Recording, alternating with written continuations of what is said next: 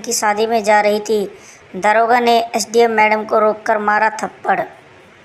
SDM काजल मिश्रा अपनी साधारण सलवार कुर्ता में स्कूटी पर सवार होकर तेजी से अपनी बहन की शादी में जा रही थी। ना कोई सरकारी गाड़ी, ना कोई सिक्योरिटी, बस एक साधारण लड़की की तरह स्कूटी चलाते हुए जैसे ही वह हाईवे पर पहुंची तो सामने पुलिस की बैरिकेडिंग नज़र आई। 3-4 पुलिसकर्मी सड़क पर खड़े थे और बीच में दरोगा राजेश यादव वर्दी में खड़ा था। उसने सामने आते ही काजल को हाथ के इशारे से रुकने को कहा और लड़की स्कूटी साइड में लगा। दरोगा की आवाज़ में रौब था। कहाँ जा रही है? दरोगा ने सवाल किया। मेरी बहन की शादी है, वहीं जा रही हूँ, काजल ने शांत लहजे में जवाब दिया। दरोगा ने ऊपर से नीचे तक काजल को घूरा और फिर मुस्कुराते हुए बोला, अच्छा तो शादी में जा रही हो, लेकिन हेलमेट नहीं पहना और स्कूटी भी बहुत तेज चला रही थी। चलो चालान भरना पड़ेगा। दरोगा ने चालान बुक निकालते हुए कहा। काजल को अंदाज़ा हो गया कि यह एक बहाना था। वह बोली, सर मैंने कोई नियम नहीं तोड़ा है। अरे मैडम, कानून हमें मत सिखाओ।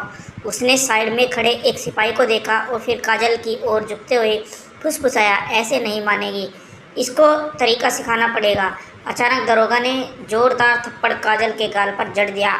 बहुत सवाल पूछती है, जब पुलिस कुछ कहे तो चुपचाप मान लेना चाहिए। काजल का सिर एक पल के लिए झटका खा गया, लेकिन उसने खुद को संभाल लिया। उसकी आंखें भर आई थी।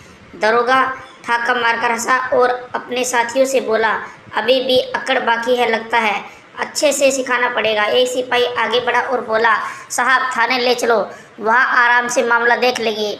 दरोगा सिर हिलाकर बोला, हाँ इसे थाने ले चलते हैं, तब समझ आएगा कि पुलिस से कैसे बात की जाती है। एक सिपाही ने काजल का हाथ पकड़कर खींचा। चल जीप में बैठ। काजल ने अपना हाथ झटका और गुस्से से बोली, हिम्मत मत करना। दरोगा का पारा भी चढ़ गया और उसने अपने एक आदमी से कहा, इसका घमंड तोड़ो। एक सिपाही ने आगे बढ़कर काजल के बाल खींचे और ज़बरदस्ती घसीटने की कोशिश की। काजल दर्द से करा उठी, लेकिन अब भी अपनी पहचान छुपाए रखी। वह देखना चाहती थी कि ये लोग कितनी गिरी हुई हरकत कर सकते हैं। तभी एक पुलिस वाले ने गुस्से में उसकी स्कूटी को लात मार दी। बड़ी आई श्री पन्ने, अब तेरा खेल खत्म। काजल पूरी तरह समझ गई थी कि ये लोग कितने नीचे गिर सकते हैं। दरोगा की आंखों में गुस्सा था। उसने जोर से चिल्लाकर कहा, बहुत देखे हैं तेरे जैसे अकड़ू लोग, पुलिस से भिड़ेगी, अभी तेरी औकात दिखाता हूँ। ले चलो इसको थाने में, वहीं समझाएंगे। एसडीएम काजल मिश्रा अब भी चुप थी। उसने अपनी पहचान बताने का कोई इरादा नहीं किया। वह देखना चाहती थी कि प्रशासन कितना नीचे गिर चुका है और कितना हद तक ये लोग अत्याचार कर सकते हैं।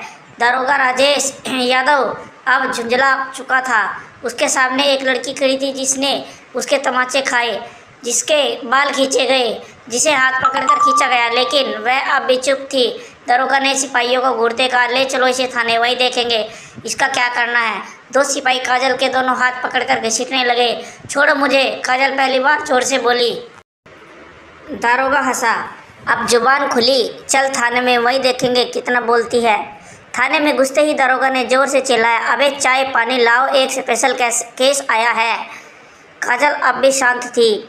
वह देख रही थी कि आम जनता के साथ पुलिस कैसा व्यवहार करती है। दरोगा ने अपने जूनियर से फुसफुसाकर कहा, सुन, किसी तरह इस पर कोई भी केस डाल दे। सिपाही बोला, कौन सा केस? दरोगा हंसा, कोई भी चोरी, जेब कतरी, बस अंदर डालना है। काजल सब सुन रही थी, लेकिन अब भी कोई प्रतिक्रिया नहीं दी। दरोगा टेबल पर बैठ गया और कलम घुमाते हुए बोला, नाम बता, घर का पता। काजल चुप रही। दरोगा ने फिर से पूछा, नाम क्या है? काजल अब भी चुप रही। दरोगा ने मेज पर जोर से हाथ मारा, सुनाई नहीं देता तुझे? नाम बता अपना। रेणु त्रिपाठी। काजल ने झूठा नाम बताया। दरोगा हंसा, बहुत समझदार है तू, लेकिन ज़्यादा चालाकी मत कर वरना बड़ी गलती होगी। काजल को जो ज़बरदस्ती लॉकअप में डाल दिया गया। एक गंदा बदबूदार कमरा जहाँ पहले से 2 महिलाएं बैठी थी। क्या किया तूने? एक औरत ने पूछा। कुछ नहीं, काजल ने हल्की मुस्कान दी। अब वह देख रही थी कि प्रशासन कितना गंदा हो चुका है। अगर एक एसडीएम तक को इस तरह बिना सबूत अंदर कर सकते हैं तो आम जनता का क्या हाल होगा। काजल अब लॉकअप के अंदर थी। वह बस देख रही थी, सुन रही थी और सब कुछ समझ रही थी कि आखिर प्रशासन कितना गिर चुका है। वह हरकत पर गौर कर रही थी। दरोगा ने एक फर्जी रिपोर्ट तैयार करवाई, इस पर चोरी और ब्लैकमेलिंग का केस डाल दो। दरोगा ने फाइल को ठोकते हुए कहा। सिपाही झिझका, लेकिन साहब बिना सबूत के। दरोगा हंस पड़ा। सबूत? इस थाने में सबूत बनाए जा सकते हैं। थोड़ी देर बाद एक सिपाही आगे बढ़ा और जोर से काजल के कंधे पर धक्का मारा। काजल दीवार से टकराई, लेकिन उसके चेहरे पर कोई डर नहीं था। दरोगा ने हाथ उठाया और थप्पड़ मारने ही वाला था कि रुक जाओ। दरवाजे पर एक पुलिस अधिकारी खड़ा था, धीरज तिवारी। थाने में उसकी छवि थोड़ी ईमानदार अफसर की थी। उसने थाने के अंदर की महिलाओं को देखा। उनकी हालत देखकर उसके माथे पर शिकन आ गई। यह सब क्या हो रहा है? उसने सख्त आवाज़ में पूछा। दरोगा राजेश यादव मुस्कराया। कुछ नहीं सर, एक सड़क छाप लड़की ज़्यादा होशियारी दिखा रही है, जरा सबक सिखा रही है। धीरज तिवारी ने गौर से काजल को देखा। उनके हाव भाव किसी साधारण महिला जैसे नहीं थे। इसका क्या जुर्म है? धीरज तिवारी ने राजेश यादव से पूछा। राजेश ने हड़बड़ा कर जवाब दिया, चेकिंग के दौरान बदतमीजी की थी। धीरज तिवारी को कुछ गड़बड़ लगा। धीरज तिवारी ने काजल की तरफ देखा। तुम्हारा नाम क्या है? काजल शांत थी। दरोगा राजेश यादव ने हंसते हुए कहा, साहब यह तो अपना नाम तक नहीं बता रही। धीरज तिवारी अब पूरी तरह सतर्क हो गया। ठीक है, इसे दूसरी कोठरी में डालो, उसने सिपाही को आदेश दिया। राजेश यादव हैरान रह गया। सर, लेकिन मैं देखूंगा कि यह कौन है, धीरज तिवारी ने सख्ती से कहा। धीरज तिवारी के आदेश पर काजल को एक दूसरी कोठरी में डाल दिया गया। यह कोठरी पहले से भी ज़्यादा अंधेरी और गंदी थी। काजल ने चारों तरफ नज़र दौड़ाई। कमरे में एक टूटा हुआ टेबल और एक जंग लगा हुआ लोहे का सरिया पड़ा था। काजल अब इस प्रशासन का गंदा चेहरा और गहराई से देख रही थी। यह सिस्टम कितना गिर चुका है। उनका हर मिनट का अनुभव यह साबित कर रहा था कि कानून सिर्फ कागजों में ही था। अचानक एक सिपाही भागते हुए आया। सर, एक बड़ी गाड़ी बाहर खड़ी है। राजेश यादव चौंका। गाड़ी? कौन आया है? सिपाही ने घबरा कर कहा। सर, गाड़ी सरकारी है। सिपाही बाहर गया, लेकिन जैसे ही उसने गाड़ी के अंदर झांका, उसकी आंखें फटी रह गई। सिपाही हड़बड़ाते हुए अंदर आया और धीरे से बोला, साहब वो क्या हुआ? कौन है? राजेश यादव झुंझला उठा और सिपाही ने कांपते हुए कहा, साहब, डीएम साहब। राजेश यादव का चेहरा सफ़ेद पड़ गया। धीरज तिवारी भी चौकन्ना हो गया। अब मामला बहुत बड़ा हो चुका था। डीएम साहब ने थाने में कदम रखा। उनकी आंखों में गुस्सा था। उन्होंने राजेश यादव की ओर देखा और कड़क आवाज़ में पूछा, राजेश यादव, क्या चल रहा है यहाँ? राजेश यादव घबराया हुआ बोला, साहब कुछ नहीं, बस एक मामूली केस था। डीएम साहब ने टेबल पर पड़ी काजल की फाइल उठाई और ध्यान से पढ़ी। उनका माथा सिकुड़ गया। फिर उन्होंने काजल की ओर देखा। इस महिला पर 420 और ठगी का केस। डीएम साहब की आवाज़ गूंज उठी। उन्होंने राजेश यादव की ओर देखा। क्या सबूत है तुम्हारे पास? राजेश यादव पूरी तरह फंस चुका था। डीएम साहब ने काजल से सीधा सवाल किया, आपका नाम? काजल ने हल्की मुस्कुराहट दी और पहली बार में अपना नाम बताया, काजल मिश्रा, एसडीएम। पूरा थाना हक्का बक्का रह गया। राजेश यादव के हाथ पैर कांपने लगे। सारे पुलिस वाले चौंक कर खड़े हो गए। राजेश यादव के पैरों तले की ज़मीन खिसक गई। एसडीएम मैडम, जिसे वह ठग समझकर फर्जी केस में फंसा रहा था, वह खुद एक एसडीएम निकली। थाने के सारे पुलिसकर्मी सत्य में आ गए। डीएम साहब ने घूरते हुए कहा, दरोगा राजेश यादव, तुम्हारी हिम्मत कैसे हुई एसडीएम मैडम पर झूठा केस डालने की? राजेश यादव कुछ बोलने ही वाला था कि धीरज तिवारी ने तेज आवाज़ में कहा, साहब मैंने पहले ही कहा था कि कुछ गड़बड़ है। अब राजेश यादव अकेला पड़ चुका था। काजल ने अब अपना असली रूप दिखाया। उन्होंने शांत लेकिन सख्त आवाज़ में कहा, दरोगा राजेश यादव, तुम अभी से सस्पेंड हो। तुम्हारे खिलाफ विभागीय जांच होगी और तुम पर केस दर्ज किया जाएगा। राजेश यादव के होश उड़ गए। सारे पुलिसकर्मी अब राजेश यादव से दूरी बनाने लगे। धीरज तिवारी ने तुरंत हवलदार को आदेश दिया। राजेश यादव को पकड़ने आगे बढ़ा। अचानक राजेश यादव ने जेब से एक कागज़ निकाला। उसने मुस्कुराते हुए कहा कि लेकिन यह देखिए। उसने वह कागज़ हवा में लहराया। डीएम साहब और एसडीएम साहब। काजल ने उसे ध्यान से देखा। राजेश यादव ने ठहाका लगाया, यह मेरा ट्रांसफ़र ऑर्डर 3 दिन पहले ही मेरा ट्रांसफ़र हो चुका है। तो आप मुझे सस्पेंड नहीं कर सकती। थाने में फिर से सन्नाटा छा गया। काजल ने कागज़ अपने हाथ में लिया और गौर से पढ़ा। क्या यह असली है? डीएम साहब ने कड़े स्वर में पूछा। डीएम साहब ने धीरज तिवारी की ओर देखा और बोले, इस कागज़ की तुरंत जांच करो। अगर यह असली निकला तो भी राजेश यादव का निलंबन नहीं रोका जा सकता। राजेश यादव की हंसी अचानक गायब हो गई, क्योंकि अगर कोई भी सरकारी कर्मचारी ट्रांसफ़र के बाद भी गलत विधियों में शामिल होता है तो उस पर कार्रवाई की जा सकती है। अब राजेश यादव की हालत बिगड़ने लगी। धीरज तिवारी तुरंत ऑनलाइन सिस्टम में राजेश यादव का रिकॉर्ड चेक करने लगे। धीरज ने सिर उठाया और कहा, साहब यह कागज़ असली है, लेकिन राजेश यादव ने अभी कार्यभार नहीं सौंपा। मतलब यह है कि राजेश यादव अब भी इस थाने का प्रभारी था और इस दौरान उसने यह सब किया था।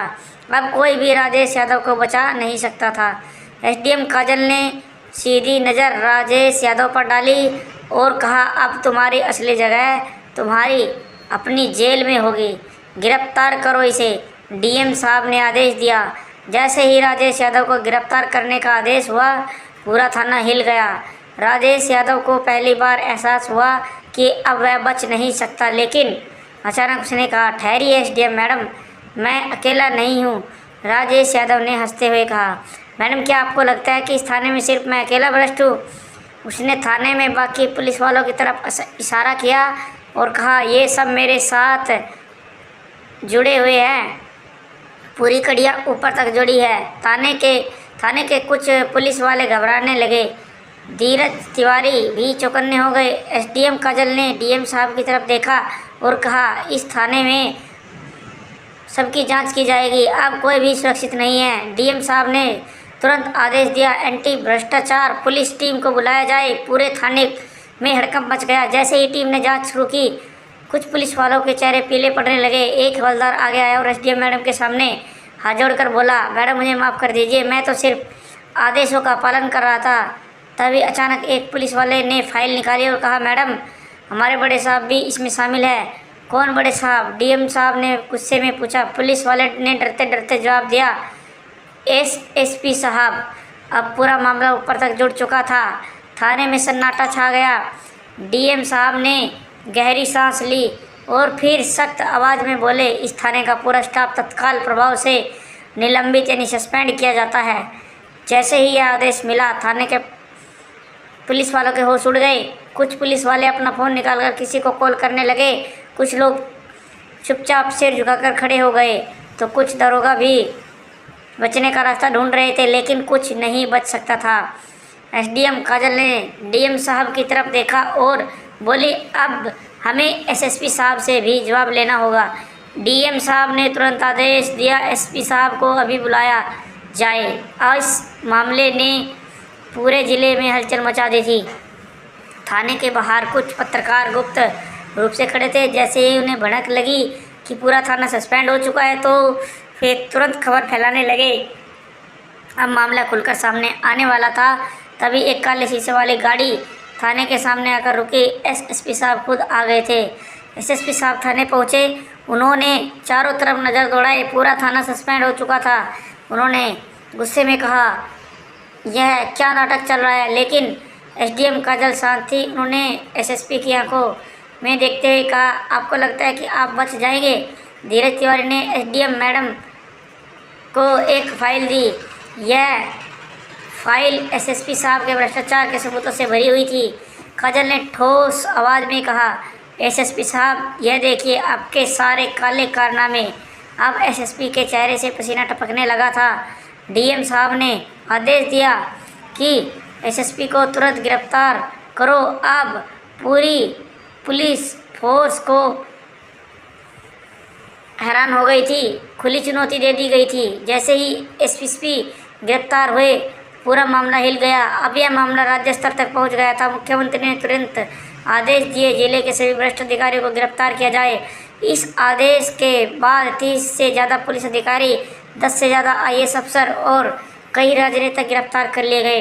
एसडीएम काजल की ईमानदारी ने सिस्टम को हिला दिया था। पूरे ज़िले में एक नया प्रशासन लाया गया। भ्रष्टाचार पर अब कड़ी नज़र रखी जाने लगी। अब एसडीएम काजल का मिशन पूरा हो चुका था। उन्होंने दिखा दिया कि ईमानदारी से पूरा सिस्टम बदला जा सकता है। वीडियो अगर पसंद आया हो तो वीडियो को लाइक करें और हमारे चैनल को सब्सक्राइब करें और अपने दोस्तों के साथ शेयर करें और कमेंट करके बताएं कि वीडियो कैसा लगा। धन्यवाद।